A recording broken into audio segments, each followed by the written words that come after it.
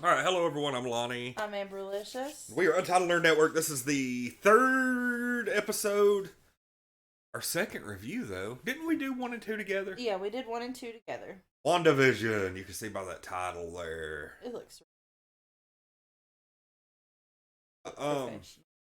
this episode is the third episode. We did first two together last week as they were released. You know, they were both released at the same time. Now, episode 3, and then next week will be episode 4, and then 5. I think there's going to be 9 episodes, if I'm not mistaken. But this one is called Now in Color. And it was funny because we were just talking about the first two episodes this time last week on Disney Plus. They were just called Episode 1 and Episode 2. But they have since, at some point over the last week, changed those episode names. The first one is called Film Before a Live Studio Audience, and the second one is called Don't Touch That Dial. And from what I understand, these episodes, the ones with like the laugh tracks or whatever, were legitimately filmed in front of a live studio audience. Oh, cool. That's neat. Yeah. That's a neat fact. Yep. I know the first two were. I don't know about this one, but I know for a fact that the black and white episodes were. I haven't picked up on it since. But this episode at the end of episode 2, Wanda, apparently suddenly became pregnant. This episode, she goes She from goes like, through her entire pregnancy in one day, yeah, basically. she goes from like 3 months to giving birth in like a day and a half. Um, I mean that basically this whole episode was just the funny, goofy hijinks of her powers going out of control. Right. And while she's trying to contain herself, Yeah. Well, then, the pregnancy going so rapidly. No. But it was more than that. There was a lot of, this is not reality. Oh, the last You know. 5 minutes of this episode was a stark contrast from the first 25 minutes. Yeah. Like, very much. Like, there was hints throughout that, but, it really wasn't, brought in your face until the end of the... There was another Hydra mention. Oh. And Well, there was... Technically, in my mind, there were two. There was neighbor reading the newspaper about 2 fire hydrants being placed on Main Street. And then there was the legit Hydra soap commercial. Yes. So.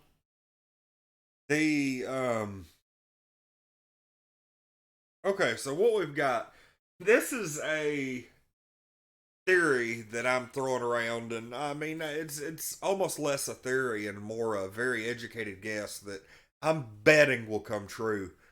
But the beekeeper, the dude in the bee outfit, last episode, I really do think that he was a soldier for AIM, which is Advanced Idea Mechanics in Marvel, because their soldiers look like freaking beekeepers. Well, for the most part, if you're looking at like the old 1960s versions, the newer versions look like they have more like, the hard plastic or like Iron Man looking armor, Okay, yeah. But when they first appeared, they looked just like that. Right, and that would be in the correct 50s or 60s, yeah. That would be in the correct time frame. Because that's them now. Yeah. And then, like, that's them, Yeah. So, yeah, we've got, I really think that whatever, and not only that, but Baron Strucker, the guy who is basically Wanda and Quicksilver's father, the guy who, like, I guess created them, I guess. Yeah, I actually think he may have been their real father in this continuity, or at least that's what they say. I think that's the story they were going with. But he used the Power Stone. Was it the Power Stone or was it the Mind Stone? think it was the red one, Power Stone. Anyway, somebody in the comments could correct me, but it was one of the Infinity Stones he used to give them powers, and that was how come Wanda could destroy Vision's stone is because she had stone powers. So, but anyway, Baron Strucker was actually in the comics a member of AIM. Okay. So, but in this, it's saying he's Hydra. I really think AIM will end up being the the offshoot of Hydra, probably. I don't know how it worked in the comics, but that's one of those groups. That and Hydra. Like, seriously, I've learned more about Hydra from the shows than I never did really pay attention to that group in the comics. But same thing with AIM. I think they're going to end up playing a really big part in the end of this episode. Holy crap. The lady who came over to see Wanda, Geraldine was her. You start getting a lot of interesting things going on here where Geraldine is not exactly who she says she is. The couple of the neighbors outside, the neighbor Agnes, who has been in both areas so far, Agnes was the name of the witch in the Marvel comic books that I think raised Wanda. And anyway, I don't know. A lot of this is I'm pulling from 25 years ago knowledge. Yeah. But anyway, she had something to do with that. I think either she was the nursemaid for Scarlet Witch and Quicksilver, or maybe she took care of Wanda's children, and there's a bunch of stuff that's kind of jumbled up. Yeah. But anyway, we're getting to that, and it wouldn't surprise me if she played a big part in helping care for the children or whatever. But well, she's already in the show. She's already kind of inserted herself into lives. She knows what's going on too. Yeah. Yeah, we found out that she legit knows what's going on. She's not just a figure that Wanda has created in her head. She knows something's going on. So does the neighbor. Geraldine. So it just makes me think that, maybe Wanda's not the only one. Because, on the radio they asked her, what are they doing to you in this? So she's not the only one under wherever. Maybe she's got multiple captured with her. Maybe they're going under trying to find her. I don't know. Well, they were really quick about not revealing to Vision what was going on. They wanted to, but then they were probably shouldn't say anything. They were just more maybe you should go check on Geraldine. Yeah, and by that time, Wanda had transported Geraldine what looked like outside of the city, and the doctor said something along the lines of, "Oh, you can't really, it's difficult to escape. About small towns, it's hard to escape." Yeah, and then they showed the border of the town at night, and there's those freaking concrete barriers up where you can't leave. There's all kinds of military installations and stuff. And she transports Geraldine. And it kind of looked like there was some kind of force field in the sky surrounding the area. I don't know if that was a force field or if that was some kind of a maybe that was Wanda's powers. Yeah. Changing everything. No, or something. that wasn't a thing. That was some field or something, either a way to get to where Wanda's at her mind, or just something to camouflage the military base. Or to make sure that they don't I don't know, this place almost looks like those areas where they would like set up those fake towns to like do nuclear bomb tests and stuff. Mhm. That's kind of the vibe that I'm getting from this. Like it's a test place, Yeah, but they're like maybe it's using it for different. repurposed. That Yeah, that's a good theory.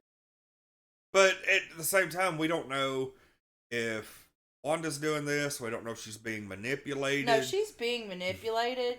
Here's the thing: she's being manipulated, but I think the, you know, I think she's creating the environment to try to keep them from getting what information they want.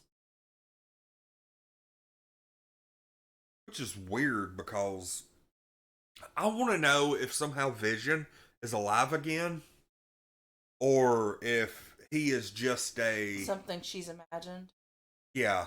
And if that's the case, why is. Maybe she's trying to learn through him subconsciously or something? Because Vision was asking the neighbors, hey, what's going on and all this. He was, yeah. I mean, there's no telling. It's going to be interesting because in basically a month and a half from now. Well, here's the thing. Yeah, he was asking, and that makes sense for her to just kind of imagine because he's so smart. His Vision's very intelligent, and for him to not really see what's going on, it's odd. So maybe he is just. I would think that maybe she has. Because this would be the perfect thing for her to think about to keep reading her thoughts. I bet she could create him. I bet she could recreate him. Probably could. Like, Yeah. She's so powerful. I don't know. Like, I really do not know. I hope our, Oh. What's been doing that in a space? I don't know. I Yeah, mean, if we're frozen, then oh well. It is. Okay, there we go. I don't know. It did that the other day. I'm gonna have to keep our TV from going into screensaver mode. But anyway, yeah, this whole thing, like, I don't know. Like, I don't know. There's a lot of things to consider and a lot of ways this could go, I guess. Yeah, and right now they're I'm sure probably in the first 5 episodes they're gonna be in the question giving business and not the question answering business. But yeah, this is a pretty good episode.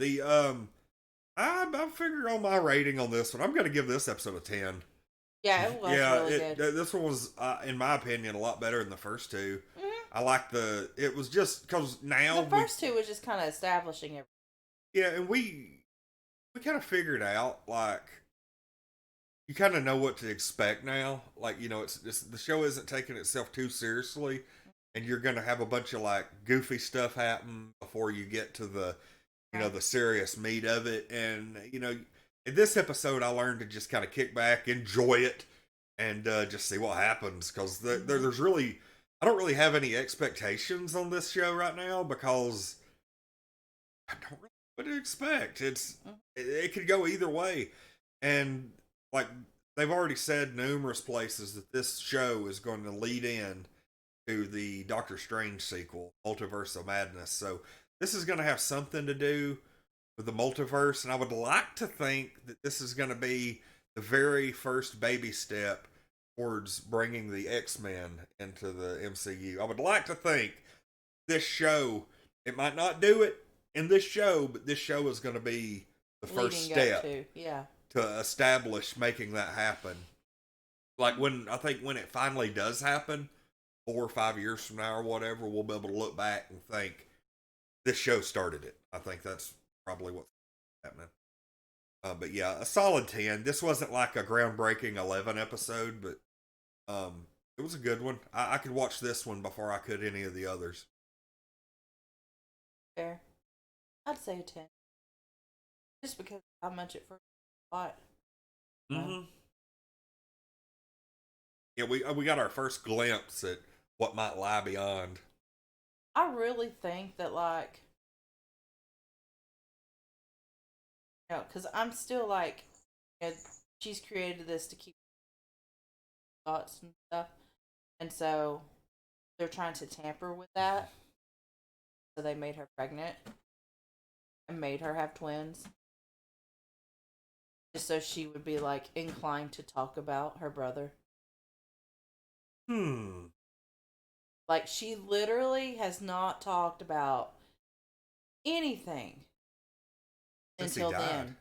Until then. Yeah. Yeah. I mean, she might have done like a passing mention. Yeah. Well, I'm just saying, in the show in general, she's not talked about anything outside of what she's thinking about. Oh yeah, this was the until first. Then. This was the first mention of anything outside the show. So. And the fact that by Ultron, Well, Geraldine asked that. Yeah, Geraldine was like asking that question. Like she knew what was up, So. It also makes me wonder if maybe the Avengers are doing this. Like, kind of like I was telling you the House of M story about how she's become such a danger to everybody. And I'm thinking if maybe losing her brother and then losing Vision and then, just everything that has happened. Maybe she's just gone crazy and they're keeping her sedated and trying to figure out, are we going to have to kill her? Are we going to have to... Right. Like, what are we going to... because nobody wants to make that decision. Yeah, absolutely. So they'll sit around and let the world end while they're trying to figure it out. Right. I mean, that's how, people do. And I used to think, that's... the whole thing of like in a zombie movie or Walking Dead, somebody gets bit, and they're like, oh my God, I can't, I can't shoot them in the head or whatever, but no, all that is based in real human psychology, and that's exactly how it would happen, if you have a bunch of people that care about her surrounding her and she's got the ability to wipe out mankind, those people are still gonna struggle with the idea of killing her off to protect the entire world. Right. It doesn't make sense on paper, but that's the way the human mind operates. Yeah, because we have so many stuff, Yeah. I'm not saying that's going to happen. Right, but it's a strong possibility. Right, especially if this is rooted in comic book story, then yeah, it definitely could happen. Like, they could be standing around right now trying to... Or, like, AIM is probably trying to figure out how to exploit her power, and, other people are trying to figure out, do we need to kill her off to... keep them from exploiting her power? Yeah. Or something like that. Who knows? We have no clue what's going on right now. Just tiny little... I know. We've got about 2% of what's going on, and that is nowhere near enough to figure it out. So. Right. But I do wager one thing. AIM is involved. That's the number one thing that I'm going to do, and that's based merely on the nature of the story and how the beekeeper dude showed up. And I think that the bees buzzing around him is just her imagination because she thinks... Right, and immediately she was like, no, and it all rewinded and went back to where they were, and it was like it never happened. Yep. Then they, jump forward. Oh, all right. Well, that's it for this one. We'll see y'all a week from today, I guess. Yeah. And let's see anything else. That's pretty much it. Good. All right. Well, we'll see y'all later. I'm Lonnie. I'm Amberlicious. We are Untitled Nerd Network. We'll see y'all next week for episode 4.